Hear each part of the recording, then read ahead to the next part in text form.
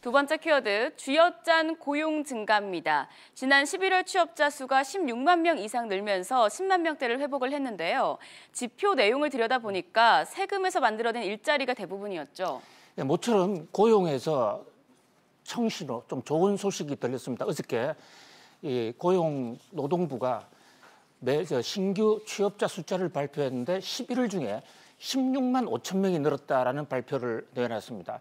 지난 5월 이후에 우리나라의 이 월별 신규 취업자 증가수는 모두 10만 명 이하였습니다. 그러니까 5개월 만에 다시 10만 명 선을 돌파한 건데요. 어쨌든 이 신규 취업자 수가 늘어났다는 것은 고용이 중요한 시기에 매우 반가운 소식이 아닐 수가 없습니다. 그러나 그 내막을 들여다보면 아직은 웃을 수가 없을 것 같습니다. 원래 정부가 출범할 당시에 우리나라의 월별 신규 취업자 수가 월 30만 명이어서 정부 목표도 30만 명이었고요. 그런데 그것을 계속 줄어들자 목표를 지금 낮췄죠. 그런데도 지금 그게 목표에 미달하고 있다는 전체 총량 면에서 아직도 부족하다라는 점을 지적할 수 있고요. 또 하나는 그 내용면입니다. 어저께 정부 발표의 내막을 잘 들여다보면 제조업 쪽은 오히려 9만 명이나 신규 취업자가 줄었습니다. 그리고 16만 명이 늘게 된 가장 핵심적인 이유는 노인층들의 이 신규 취업이 늘었다는 것이에요. 그것도 한 걸음 더 들어가 보면 그 노인층들이 안정적 장기적 일자리를 얻은 것이 아니라 정부가 주는 이를테면 지하철의 길 안내 도우미 이런 게 특히 60일 이하, 30일 이하의 단기 일자리거든요.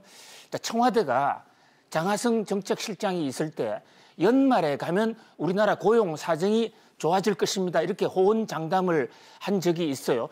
그 말대로 지표상으로는 조금 좋아졌습니다. 그런데 그 내용이 결국은 공공기관이나 정부 부처가 강제로 동원한 그런 일자리가 주로 늘어났다. 그런 점에서 안타깝다 하지 않을 수가 없습니다. 물론 정부가 쥐어짜은 공공기관이 비상대책을 썩은 일자리 자체가 늘어난 것을 상당히 반가운 일이죠. 그러나 전체적으로는 오히려 산업의 성장 동력이 될 부분에 정상적인 일자리는 오히려 줄어들었다는 그런 점에서 문제의 심각성이 있고요. 오히려 16만 명 늘어났다는 그 지표가 통계 상황을 왜곡시킬 수 있다. 한국의 고용 문제가 완전히 해결됐다라는 그런 착각을 줄 수 있다는 점에서 저 통계에 문제가 있다고 하지 않을 수 없습니다. 다행히 정부는 지금 소득주도 성장, 고용을 줄인 것으로 지금 지목되고 있는 소득주도 성장에 대해서 속도를 좀 줄이겠다. 그렇게 지금 지적을 하고 있고 어저께 문재인 대통령이 직접 홍남기 신임 부총리로부터 경제정책에 대한 업무 보고를 받았어요. 그 자리에서 다음 주 17일 날 전체 확대 경제장관회의를 소집하고 대통령께서 직접 주재하시겠다고 선언을 하셨습니다. 문재인 대통령 취임 이후에 경제 분야를 대통령이 직접 챙기는 것은 이번이 처음입니다. 사실 그동안에 문 대통령은 남북한 평화, 한반도의 안보를 개선하기 위해서 김정은과의 외교에 주력을 해온 그런 느낌이 있습니다. 그 대목에서 상당한 성과가 난 것도 분명하지만 또 한편으로는 국민 민생이 지금 피폐해져 있다는 그런 비난도 있습니다. 잘 알다시피 미국에 며칠 전에 장례식을 한 미국 부시 대통령이 클린턴 대통령에게 재선 선거에서 졌던 이유가 바로 경제였다, 민생 문제였다는 점을 감안할 때 바로 그 당시에 클린턴 대통령이 이 바보야, 문제는 경제야 이런 얘기를 했었죠. It's economy stupid라는 얘기가 아직도 귀에 생생합니다.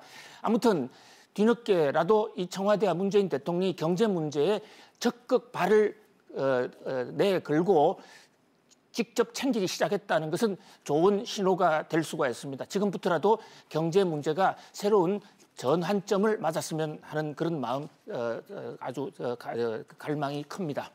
네, 문 대통령이 경제 분야를 이제 직접 챙길 것으로 보이는데요. 제대로 된 성과가 나오길 기대해 봅니다. 계속해서 세 번째 키워드로 넘어가시죠.